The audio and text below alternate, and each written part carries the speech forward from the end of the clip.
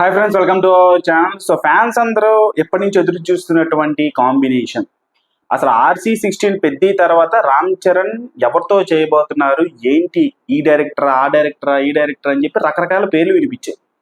So అవన్నీ కూడా రూమర్సే. Official వచ్చేదాకా ఏది నమ్మకూడదు. ఏం చెప్పాను?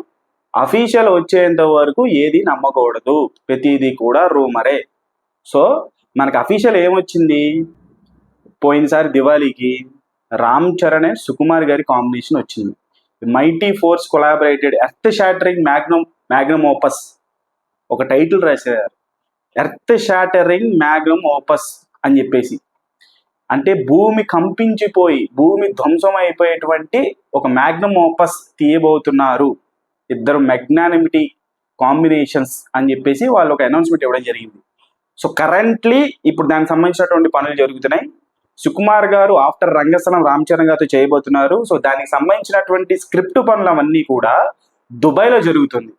సో దుబాయ్లో ప్రస్తుతం సుకుమార్ గారు ఉన్నారు.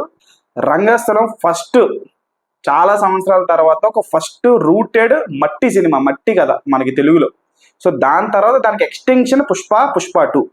సో దానికి మించి ఇప్పుడు రామ్ చరణ్ గారితో కాంబినేషన్ వస్తుందంటే రంగస్థలం కాంబినేషన్ అసలు ఫ్యాన్స్ లోనే కాదు, న్యూట్రల్ ఆడియన్స్ లో ఏ రకమైనటువంటి ఎక్స్పెక్టేషన్స్ ఉంటాయో ప్రత్యేకంగా చెప్పుకోవాల్సినటువంటి అవసరం లేదు.